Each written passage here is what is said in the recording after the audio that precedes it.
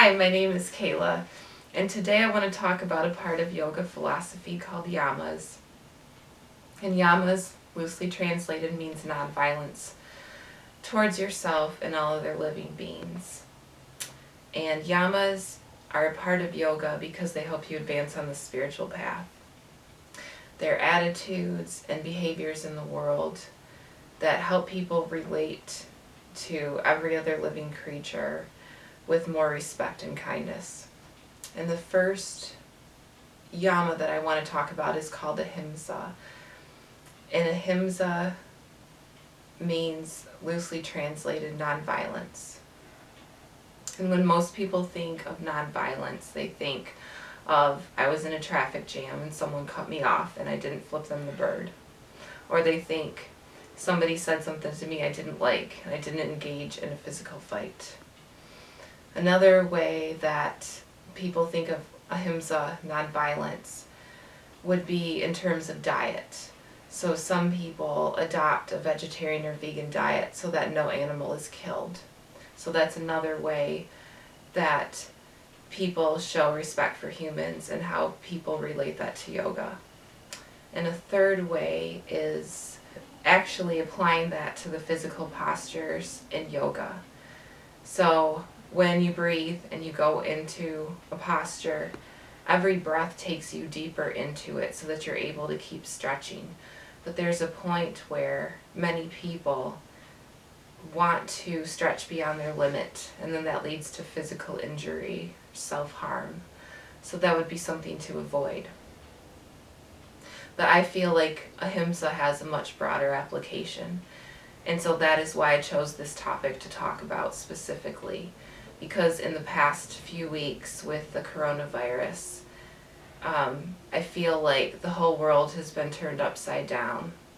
And I've seen a lot of struggling and a lot of forced inner self-reflection. And so the things that have happened to me recently, I feel that the topic of ahimsa I've had to apply myself to my daily life. So the first way that I've applied it has been with myself, with my self-talk.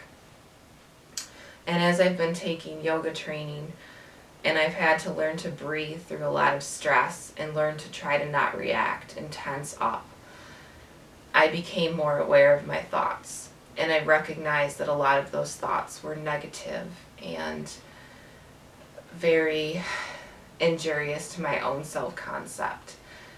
I recognized how hard I could be on myself.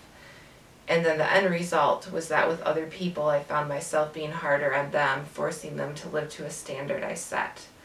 So by practicing ahimsa and applying benevolence towards myself, I found myself doing that with other people. The second way I've applied it was in my relationship with my boyfriend. And I found that under the quarantine and under a lot of isolation and my own negative self-talk that was coming up, I found myself feeling rejected. And as a result, I lashed out and reacted with anger and fear and hurt. And that caused him to react to my anger with more anger. And so learning to step back and breathe and to say, even though I'm angry, even though I'm hurt, I still care. And that caring and that kindness and learning not to react and say things in anger or in pain helped me to better my relationship. Or at least that is my hope. And the third way that I have applied this has been globally. When I found out about the George Floyd killing and watched the video and saw how senseless it was, I felt extremely angered because I've always had a strong sense of justice in the world and with people and wanting everyone to be treated with equality, from children to women to anyone of any race, and extending that to animals as well.